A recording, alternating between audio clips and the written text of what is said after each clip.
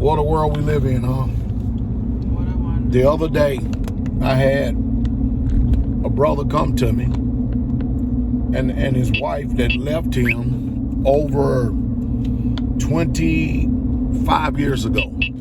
Mind you, took all of his children, just left and went dark. Totally dark. I mean, you think about this for a second. Let me cut that off. They ain't gonna stop. So anyway, she calls him up. Hadn't heard from him now, right?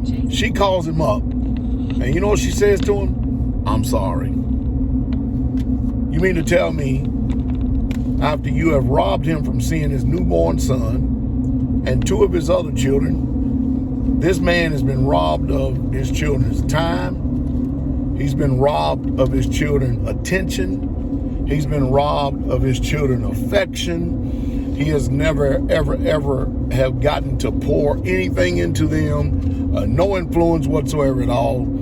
They're in the world doing bad. It's crazy. It's nonsensical. But all of a sudden, she does that. And she comes back and says, I'm sorry. I said, you know what? You want to see how sorry she is? Let's find out how sorry she is. Because most people think that when you say I'm sorry about something, okay, you really mean you're sorry. I said, what you do is get her to sit down in front of a video camera and tell her to tell the world why she's so sorry and what she did and why it was so wrong. And if she won't do that, it's nothing but words. She don't mean nothing. She ain't sorry at all. She's not sorry at all. What she's trying to do is appease her guilty conscience. That's what she's trying to do. Because she ruined those children's lives. Her life is ruined. And then you and yourself had to deal with the emotional stress. And guess what? Where's the family court system? Where's the court system on all this stuff? Huh? Where's all this? See what I mean? See what I mean? And you won't believe how many people have done that. Hey, Kabir Bajabil, his ex-wife did the same thing, doing the same thing right now. Right now. And now she done got remarried to a man that ain't even got a job. That's crazy, isn't it? I tell you, man, this world is something else.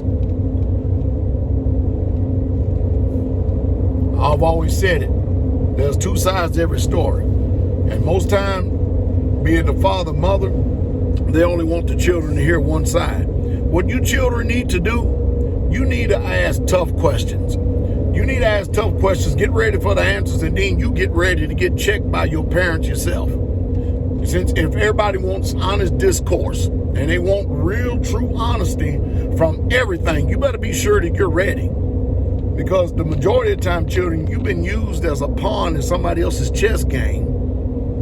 And since the queen is the most powerful entity on the board and the wicked world goes after it, you're going to find out that means you've been used and abused.